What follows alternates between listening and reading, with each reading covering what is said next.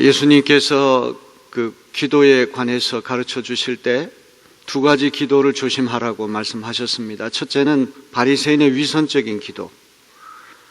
바리새인들은 사람들 많이 모이는 회당이라든지 큰 거리, 어귀, 모퉁이에 가서 두 손 높이 들고 보란 듯이 기도했습니다. 그 기도는 과시하는 기도고, 배우가 무대 위에 올라가서 공연하듯이 하는 기도였습니다. 사람들의 이목을 끌고 사람들에게 인정받고 칭찬받으려고 하는 그런 기도죠. 바리새인의 기도는 하나님께 드리는 기도라기보다도 사람들이 듣는 기도, 또 자기 자신이 듣는 기도. 기도는 하나님이 들으셔야 되는데 사람들이 듣게 하고, 또 정작 하나님이 아닌 자기 자신에게 기도해서 자기 스스로 만족을 느끼는 그런 기도를 드렸습니다. 두 번째, 예수님이 경계하신 것은 이방인들의 기도. 이방인들은 나무나 돌이나 해나 달이나 별, 하나님이 아닌, 인격신이 아닌 물체 앞에서, 피조물 앞에서 아무 내용도 없는 주문과 같은 그런 기도를 반복해서, 기계적으로 반복해서 드렸습니다. 이런 두 가지 기도의 폐단을 지적하시면서 예수님 갑자기 너희는 이렇게 기도하라, 이렇게 말씀하시죠. 그 유명한 주님의 기도, 이 주기도문이라고 하는 것은 바로 이 산상수훈에서 구제와 기도와 금식에 관해서 예수님 가르치실 때, 특별히 기도에는 두 가지 폐단이 있다. 그 폐단을 지적하시면서 바른 기도의 모범을 보여주시기 위해서 이 주님의 기도를 가르쳐 주셨다는 것이죠. 기도에는 학습이 필요합니다. 기도에는 모범이 필요합니다. 왜냐하면 우리 생각나는 대로 기도하면 바리새인의 기도처럼 되기 쉽고 이방인의 기도처럼 되기 쉽다는 것입니다. 바리새인의 기도는 하나님이 듣는 기도가 아니라 사람이 듣는 기도, 자기가 듣는 기도가 될 수 있고, 이방인의 기도는 살아계신 인격신에게 드리는 기도가 아니라 피조물, 물체 앞에서 아무 내용도 없는 공허한 주문과 같은 것을 기계적으로 반복하는 식의 그런 기도를 드릴 수가 있기 때문에 예수님은 너희는 이렇게 기도하라, 기도하는 방법과 기도의 내용을 가르쳐 주시기 위해 주님의 기도를 말씀해 주신 줄로 믿습니다. 그래서 이 주님의 기도가 어떤 맥락에서 나왔는가, 어떤 문맥에서 나왔는가 너무나 중요한 것이죠. 주님의 기도는 갑자기 허공에서 나오는 것이 아니라 바리새인의 기도와 이방인의 기도를 경계하시는 그 맥락에서 나왔다는 것이 중요합니다. 직접적인 맥락은 이방인들이 물체 앞에서 아무 내용도 없는 주문과 같은 기도문을 반복해서 기계적으로 그렇게 말을 많이 하는 식의 횡설수설, 중언부언, 그런 기도를 경계하신 다음에 너희는 이렇게 기도하라. 그게 주님의 기도입니다. 지난 2000년 동안 주님의 기도가 가장 많이 올려진 기도일 것입니다. 그런데 정작 예수님이 경계하신 위험에 빠질 수 있는 그런 기도가 또 주님의 기도이기도 합니다. 아침에도 주님의 기도를 하고, 점심에도 주님의 기도를 하고, 저녁에도 주님의 기도를 하고, 속회 예배 끝날 때도 주님의 기도를 하고, 많이 주님의 기도를 우리가 드리는데, 마치 이방인이 아무 내용도 없는 주문을 기계적으로 반복해서 외우듯이 우리도 이 주님의 기도의 깊은 뜻을 의미하지 않고 그냥 입술로만 반복해서 아무 생각 없이 그렇게 주님의 기도를 드린다면 이것이야말로 엄청난 모순이 아닐 수 없습니다. 예수님께서 이런 것을 고쳐주시기 위해 주님의 기도를 말씀하셨는데, 우리가 똑같은 그러한 잘못에 이거야말로 주님의 정신을 훼손하는 것이 아닐 수 없습니다. 기도에는 학습이 필요합니다. 아무렇게나 기도하면, 기도를 아무리 열심히 하고 기도 아무리 오래 한다고 할지라도, 기도가 끝난 다음에 마음에 큰 어떤 흡족함이 있다고 할지라도 기독교적인 기도가 아닐 수 있습니다. 주님이 원하시는 기도가 아닐 수 있습니다. 사람들이 듣게 하고 자기가 들어서 스스로 만족감을 느끼고 스스로 자족감을 느끼는 기도가 될 수 있고, 아니면 우상 잡신 앞에서 아무 내용도 없는 공허한 주문과 같이 그런 것들을 반복해서 드리는 허망한 기도가 될 수 있다는 것이죠. 기도에는 학습이 필요합니다. 기도에는 모범이 필요합니다. 기도의 교과서가 바로 주님의 기도라고 하는 것을 우리는 기억하고, 오늘 주님의 기도의 깊은 의미를 함께 생각해보는 시간이 되기를 바랍니다. 코로나 바이러스로 인해서 여기저기에서 탄식하는 소리가 들리고 못 살겠다는 소리가 들리고 너무 지루하고 갑갑하다는 그런 탄식이 그치지 않는 이런 시대에 하필이면 하나님께서 우리 내리교회에 산상수훈의 말씀을 깊이 음미하게 하신 것은 특별한 은총인 줄로 믿습니다. 바로 이렇게 갑갑하고 어려운 시대이기 때문에 우리는 주님의 기도를 다시 한번 깊이 생각해보며 진실로 우리 마음으로 주님의 기도를 올릴 수 있는 내리교인들이 다 되시기를 바랍니다. 주님의 기도는 크게 세 부분으로 구성됩니다.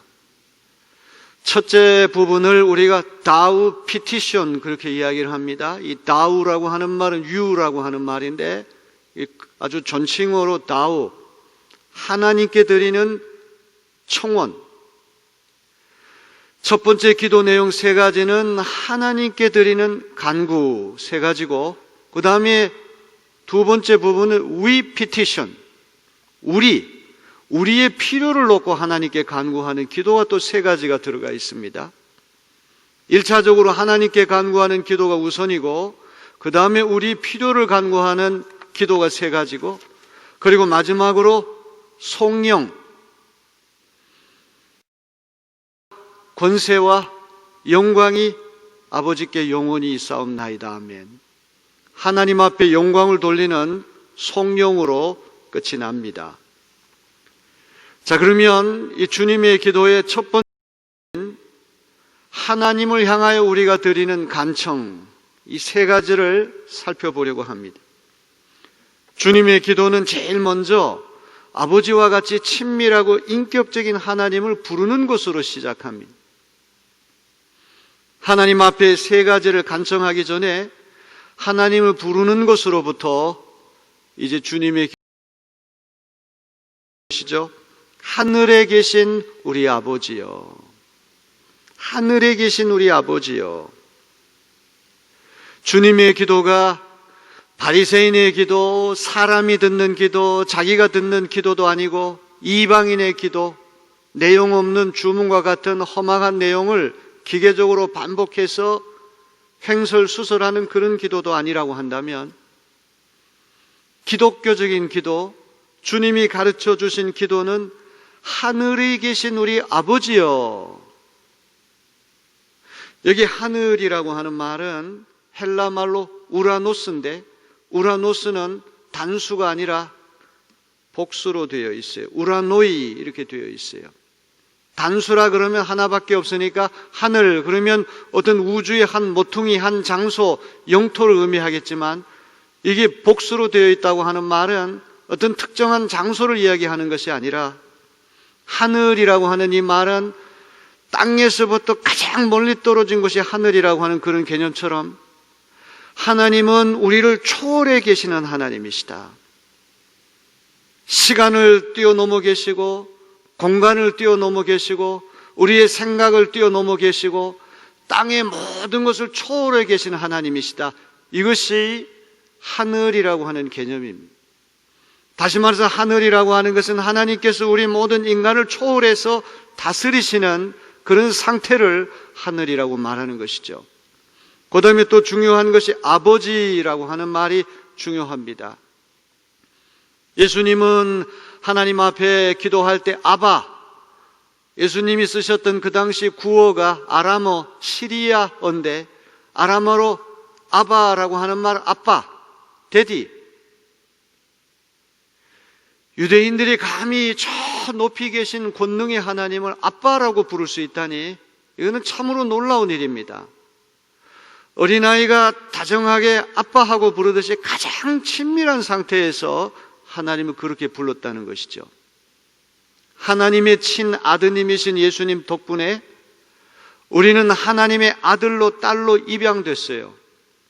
로마 시대에 입양된 사람은 친자와 똑같은 특권을 누리게 되어 있습니다. 예수 그리스도 친자이신 하나님의 친아드님이신 예수님 덕분에 예수 그리스도를 믿고 하나님의 자녀가 되는 권세를 얻은 우리가 되는 줄로 믿습니다. 하늘이라고 하는 이 말은, 하늘에 계신다는 말은 우리를 초월해 계신 하나님이시라고 한다면, 아버지라고 하는 이 말은 가정에서 다정하게 자유롭게 우리를 사랑하시고 좋은 것 주기를 원하시는 하나님의 내재, 이 안에 우리와 함께 계시는 하나님. 우리가 믿는 하나님은 우리를 초월해 계시고 우리를 뛰어넘어 계시는 동시에 아버지처럼 다정하게 항상 우리 곁에 계시는 하나님, 조금 어려운 말로 내재적인 하나님, 안에 함께 계시는 하나님이 우리가 믿는 하나님이신 줄로 믿습니다. 주님이 가르치신 기도는 기도의 대상을 분명히 우리에게 알려주는 기도죠. 바리새인이 배우가 무대 위에 올라가서 공연하듯이, 관객의 박수갈채를 받고자 연기하듯이 사람들 들으라고 미사리 요구를 총동원해서 하는 기도, 아니면 자기에게 기도하면서 흐뭇하게 생각하는 그런 기도가 아니라 모든 기도의 모범이고, 우리가 기도를 끝없이 학습해야 한다면 이 주님이 교과서처럼 가르쳐 주신 주님의 기도는 하늘에 계신 우리 아버지, 우리를 초월해 계시면서도 아버지처럼 다정하고 자유롭게 우리와 함께 계시며 자녀들이 가장 좋은 것을 주기를 원하시는 그런 인격적인 하나님 앞에 우리는 기도를 드리는 것인 줄로 믿습니다. 주님의 기도에서 또 놀라운 것은 나의 아버지, 나라고 하는 말은 하나도 안 나오고 전부 다 우리라고 하는 복수가 계속 나와요. 나의 일용할 양식이 아닌 우리의 일용할 양식을 달라고 기도하지 않습니다. 전부 다 우리로 되어 있어요. 예수 그리스도를 믿고 하나님의 자녀로 편입된, 하나님 안에서 한 가족이 된 우주 공동체, 지난 2000년 동안 어느 시간, 어느 장소, 어떤 곳에서 예수를 믿든지 우리는 유기적으로 한 몸으로 연결돼서 주님의 기도를 드릴 때는 나의 기도가 아니라 공동체 기도라고 하는 것을 잊지 말아야 됩니다. 여기 우리라고 하는 말 속에는 높은 자도 있고 낮은 자도 있고 부자도 있고 가난한 자도 있고 여자도 있고 남자도 있고 어린아이도 있고 노인도 있고 백인도 있고 흑인도 있고 일본 사람도 있고 전과자도 있고 장애인도 있고, 예수 그리스도를 믿고 하나님의 자녀가 된 모든 사람들이 우리라고 하는 말 속에 포함된다고 하는 사실을 우리는 잊지 말아야 됩니다. 이것은 지구상에 예수 그리스도를 믿고 하나로 연결된 하나님의 한 가족이 된 가족들이 함께 드리는 기도라고 하는 것을 우리는 기억해야 됩니다. 자, 이렇게 하늘에 계신 우리 아버지여, 이렇게 하나님을 부르는 거 시작해가지고 이제 첫 번째 세 가지 기도는 하나님을 향하여 청원하는 기도예요. 우리의 필요를 먼저 구하는 것이 아니라 하나님의 이름과 하나님의 나라와 하나님의 뜻을 먼저 구하는 기도를 드린다. 이거는 굉장히 중요한 것이죠. 이런 기도의 순서가 다르다고 하는 것이야말로 이방인들의 기도와 우상 잡신을 섬기는 그런 사람들의 기도와 그리스도인이 드리는 기도는 질적으로 다르다고 하는 것을 보여주는 것입니다. 내 필요한 것만 먼저 달라고 하는 기도는 그야말로 우상 앞에 회유를 한다든지 협박을 하든지 자기가 받아야 할 복만 낳고 채면 그것으로 아무런 관계도 필요 없고 그것으로 끝나는 그런 식의 기도가 아니라 먼저 하나님의 이름이 거룩히 여김을 받고 하나님의 나라가 이 땅에 도래하게 하고 하나님의 뜻이 이 땅에 실현되게 해달라고 하는 기도야말로 주님의 기도가 철저히 하나님 중심적인 기도다. 사람 중심의 기도가 아니다. 우상 잡신 중심의 기도가 아니라 우리를 초월해 계시면서 우리와 함께 계시는 살아계시는 인격신 하나님 집중적인 기도가 주님의 기도라고 하는 것이죠. 먼저 하나님 앞에 우리가 간구한 다음에 우리의 필요를 간구한다고 하는 것, 이 순서를 우리는 놓쳐서 아니 될 것입니다. 이 첫 번째 다우 피티션, 하나님을 향하여 드리는 기도의 첫 번째 부분은 이름이 거룩히 여김을 받으시오며, 이름이라고 하는 것은 중요하죠. 20년, 30년 동안 헤어졌던 초등학교 동창을 얼굴도 다 잊어버렸지만 이름을 갑자기 생각하면 그 친구의 이미지가 떠오르고 그 친구의 특징이, 개성이 생각이 납니다. 이름은 단순한 이름이 아니라 그 사람의 인격과 성품 전체를 보여줍니다. 이완용이라고 하는 이름, 안중근이라고 하는 이름, 그것은 한 사람의 이름이 아니라 그 사람의 모든 것을 보여주는 것이죠. 미국에서 5살 먹은 어린아이가 시장에 엄마하고 갔다가 엄마를 잃어버렸습니다. 그 많은 사람들 가운데 엄마 찾는 것이 너무 어렵죠. 이 아이가 엉엉 울면서 엄마, 엄마 하고 이렇게 부르는 것이 아니라 아이에게 지혜가 있었습니다. 헬렌, 헬렌 하고 불렀어요. 그랬더니 엄마가 자기 이름 부르는 것을 듣고서는 그 아이를 찾아냈습니다. 엄마가 묻습니다. 너는 왜 엄마, 엄마 하고 찾지 않고 헬렌이라고 하는 엄마 이름을 불렀니? 여기 엄마인 사람 많지만 헬렌이라고 하는 이름은 우리 엄마 한 사람밖에 없잖아요.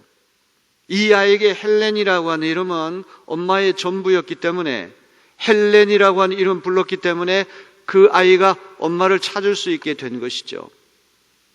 교도소에 가고 신병교육대에 가면 이름이 없이 번호로 다 모든 것을, 사람을 그렇게 이제 부르게 됩니다. 이거는 너는 더 이상 인격 존재로 대하지 않겠다, 이런 뜻이 아닙니까? 이름이라고 하는 것은 너무나 중요한 것입니다. 성경에서 하나님의 이름은 곧 하나님입니다. 하나님의 이름을 찬양하는 것은 하나님을 찬양하는 것입니다. 하나님의 이름을 자랑하는 것은 하나님을 자랑하는 것이죠. 오늘 우리가 하나님 앞에 기도해야 될 것은 하나님의 이름이 거룩히 여김받는 그런 기도가 되게 해 주시옵소서. 이것이 우리의 1차적인 기도가 되어야 돼요. 하나님의 이름이 모독당하게 해서는 안 됩니다. 하나님의 이름이 부끄러움을 당하게 해서는 안 됩니다. 자식이 잘못하면 아버지 이름에 먹칠을 하듯이 우리 그리스도인들이 하나님의 이름을 모독하고 하나님의 이름을 훼손할 가능성이 많기 때문에 언제나 하나님 아버지의 이름이 거룩히 여김을 받게 해 주시옵소서. 우리는 이런 기도가 그쳐서는 아니 될 줄로 믿습니다.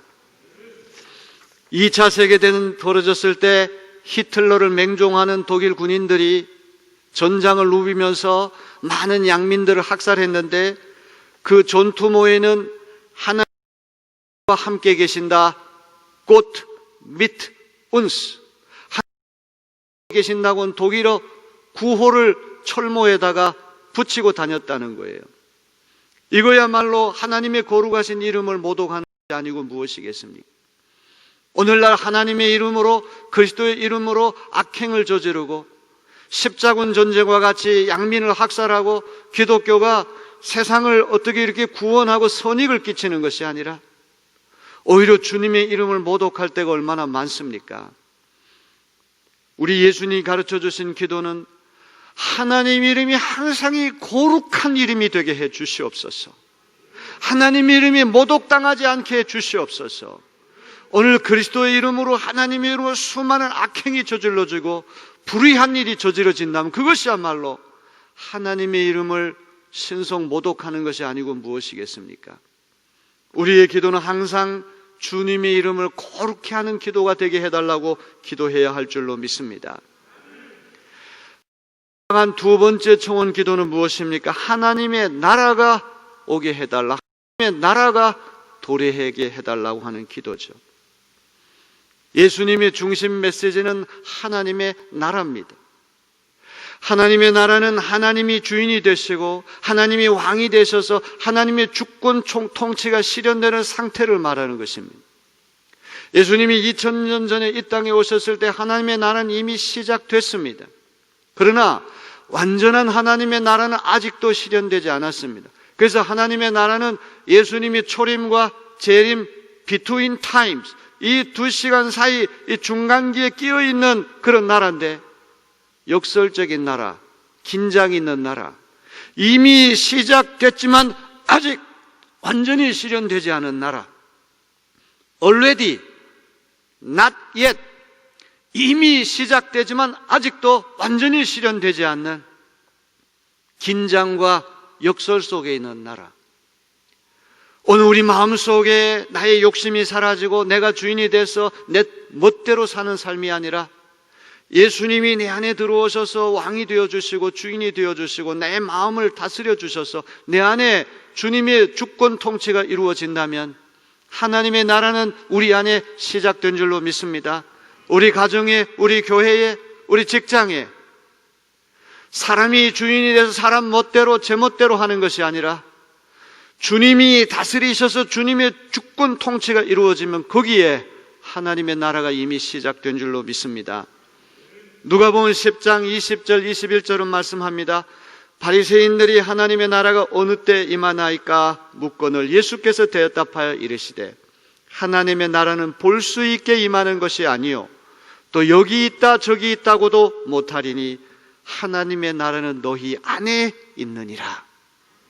Among you, 우리 가운데 하나님이 왕이 되시고 주인이 되셔서 주권 통치가 이루어진다면 하나님의 나라는 우리 안에 이미 시작된 줄로 믿습니다. 예수님이 그토록 원하셨던 하나님 나라의 도래, 사랑과 정의와 평화와 일치가 구현되는 하나님의 나라, 우리는 날마다 하나님의 나라가 이 땅 위에 도래하게 해 주시옵소서. 하나님의 나라가 임하게 도와주시옵소서. 이것이 우리의 간절한 기도 제목이 되어야 할 줄로 믿습니다.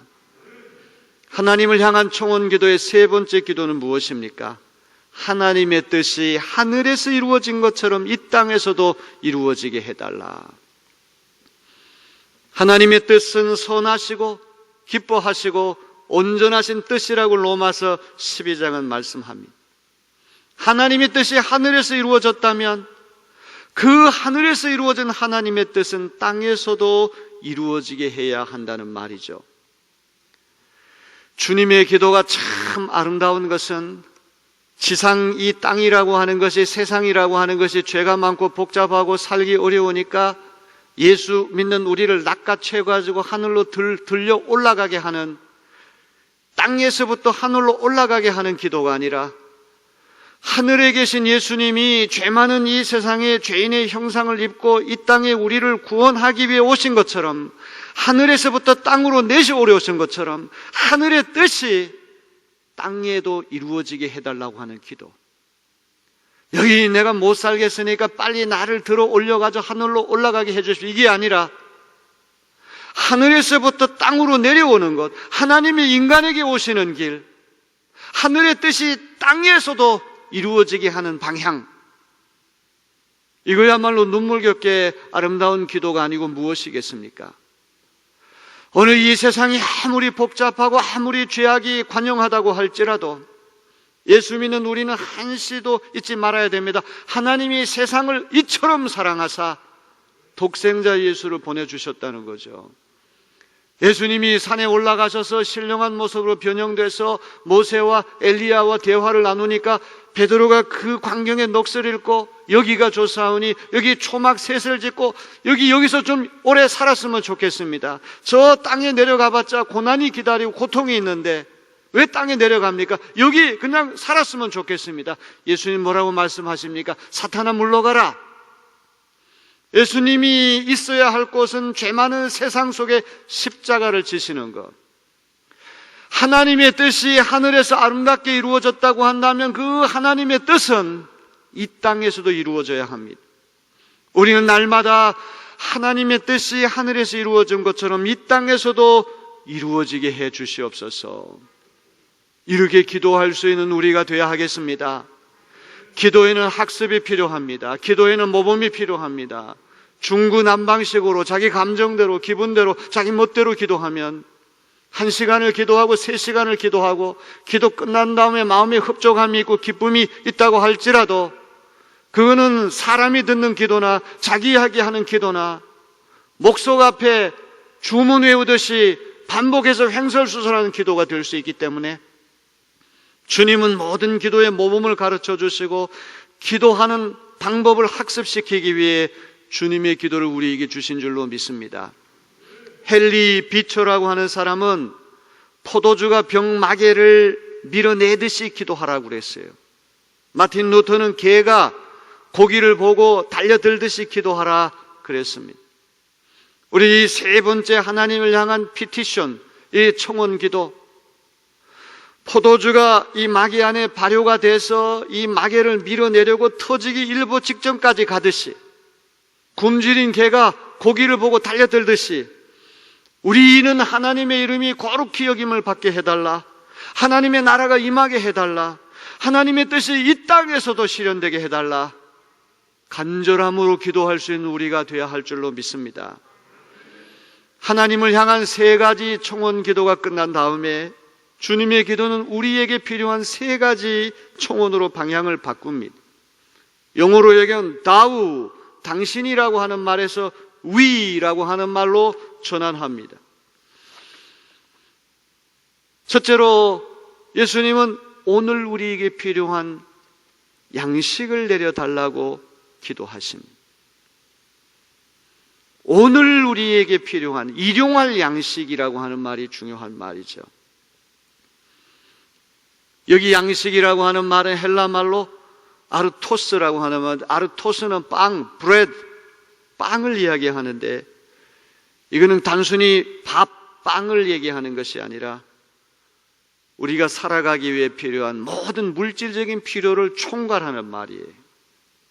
여기 나머지 3 부분은 인간이 이 세상에 살아가기 필요한 물질적, 육적인 것, 영적인 것, 도덕적인 모든 필요를 하나님 앞에 기도하라 이렇게 가르치시는 거예요. 여러분, 여기 일용할이라고 하는 말이 중요한 말인데 아침에 기도하는 사람 오늘 필요한 양식을 달라 이렇게 기도할 거예요. 저녁에 기도하는 사람 내일 필요한 양식을 달라 이런 기도죠. 예수님은 평생 먹을 양식을 달라 이렇게 기도하라고 가르치지 않습니다. 일용할 양식. 이스라엘 백성들의 광야 생활할 때 하루마다 만나를 하나님 공급해 주셨어요. 꼭 필요한 그날에 일용할 양식 만나를 허락해 주셨던 것처럼 평생 먹을 양식이 아니라 오늘 우리에게 필요한 물질적인 육적인 필요를 채워달라 이 말은 평생 먹을 것 곳간에 쌓아두게 되면 하나님 앞에 기도할 필요도 없고 하나님 의지할 필요도 없고 눈앞에 보이는 것만 바라보고 그거 전부인가 생각하기 때문에 날마다 매 순간마다 하나님을 의지하며 살라고 하는 그런 뜻인 줄로 믿습니다. 여기 나의 일용할 양식이 아니라 우리의 일용할 양식이라고 하는 말은 여기 우리라고 하는 것은 아프리카에 많은 굶주린 사람들이 있다고 하는 것을 우리는 잊지 말아야 됩니다. 우리는 우리 집안에 쓰지 않고 몇십 년 동안 방치하는 옷, 먹거리가 넘쳐나가지고 그냥 쓰레기통에 버리는 음식, 만일 이 우리의 일용할 양식이라고 하는 것이 우리의 피부에 와닿는다면 야 이거 10년, 20년 동안 사놓고 한 번도 입지 않은 옷은 이 추운 겨울날 헐벗는 그런 이웃이 있음을 기억하고 드리는 기도가 되어야 되겠고 음식이 남아가지고 버리는 그 음식은 아프리카에 먹거리가 없어서 굶어 죽는 그 사람을 생각하며 드리라고 하는 기도다. 우리는 그런 생각을 해볼 필요가 있습니다. 2번째 우리에게 필요한 기도는 무엇입니까? 12절에 보니까 우리가 우리에게 죄 지은 자를 사하여 준 것 같이 우리 죄를 사하여 주시옵고. 이거를 잘못 해석하면 야 우리가 형제 자매의 죄를 용서해야지만 하나님도 우리를 용서하실 것이다. 전제 조건이 먼저 우리의 죄를 용서해야지만 하나님이 우리의 죄를 용서하실 것이다. 이거는 잘못된 해석이에요. 하나님은 무제약적인 사랑의 하나님이시기 때문에 이런 조건 없이도 전제가 이루어지지 않는다고 할지라도 언제나 우리의 죄를 용서해 주시는 하나님이신데, 여기서 강조하시고자 하는 것은 무엇입니까? 그리스도인의 삶은 용서하고 용서받는 삶이다. 이걸 가르쳐 주시는 거예요. 여러분, 죄라고 하는 것은 가장 근본적인 영적인 문제가 아닙니까? 일용할 양식이 육적인 문제, 물질적인 문제라고 한다면 이 죄의 문제, 죄의 용서 문제는 영적인 문제거든요. 죄는 단절, 소외라고 해요. 죄를 짓게 되면 관계가 끊어집니다. 하나님과의 관계가 끊어집니다. 사람과의 관계가 끊어집니다. 이 죄가 무서운 것은 관계를 단절시키고 파괴시키고 궁극적으로 우리를 망하게 하는 것이 죄이기 때문에 죄는 반드시 사함을 받아야 되고 죄는 반드시 용서를 받아야 됩니다. 예수님께서 용서하지 못하는 종의 비유, 유명한 비유를 말씀하셨잖아요.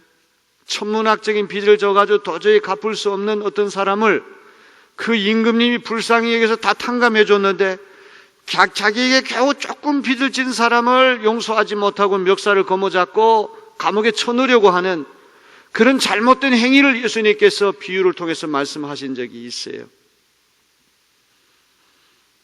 하나님께서 우리의 허물이 많고 죽어야 할 인생이지만 죄를 용서하신 것처럼 죄를 용서하지 않으면 그 죄로 인해서 복수심을 품고 증오심을 품으면 우리는 모든 관계가 단절되고 우리가 아무리 기도해도 기도가 하늘 보좌에 상달되지 않습니다. 죄의 용서가 긴급한 줄로 믿습니다. 우리는 우리 이웃이 우리에게 끼친 죄를 용서하게 해달라고 기도해야 해요.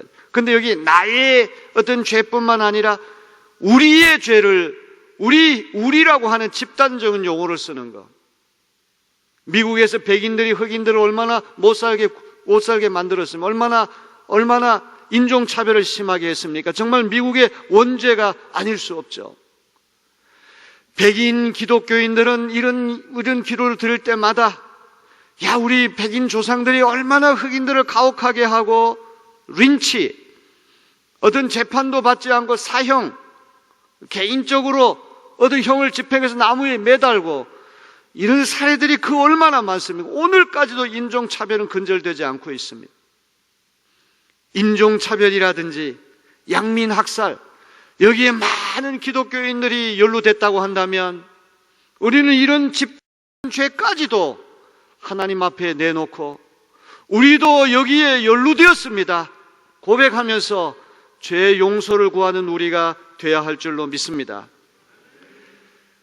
우리의 필요를 위한 기도의 세 번째 부분은 무엇입니까? 우리를 시험에 들지 않게 해달라. 우리를 악에서 구하게 해달라. 뭐뭐 하지 말게 해달라고 하는 말은 부정형이고 뭐뭐 해달라고 하는 것은 긍정형이에요. 소극적인 차원과 적극적인 차원인데 이 두 가지는 같은 말인데 똑같은 말인데 하나는 부정형으로 또 하나는 긍정형으로 이렇게 표현을 했어요. 시험이라고 하는 것은 무엇일까요? 시험이라고 하는 것 두 가지입니다. 첫째는 유혹이라고 하는 것. 두 번째는 선생님이 학생들의 실력을 측정하기 위해 시험 문제를 떠보는 것. 유혹은 마귀로부터 오는 것이고 시험은 하나님으로부터 오는 것이죠. 하나님 우리를 죄를 짓도록 유혹해가지고 죄의 구덩이에 빠뜨리는 그런 하나님이 아니시죠. 죄에 대한 유혹은 순전히 마귀로부터 오는 것입니다. 하지만 아브라함의 믿음을 테스트해 보기 위해서 100세 난 아들 이삭을 제단에 바치지 않습니까? 그렇기 때문에 시험에 들지 않게 해달라고 하는 기도는 마귀의 유혹으로부터 우리를 지켜달라. 우리는 수많은 유혹에 노출되어 있습니다. 교회에서 한 발자국이라도 우리 나가면 이 세상은 우리를 죄짓게 하는 유혹투성입니다. 두 번째로 악에서 구해달라.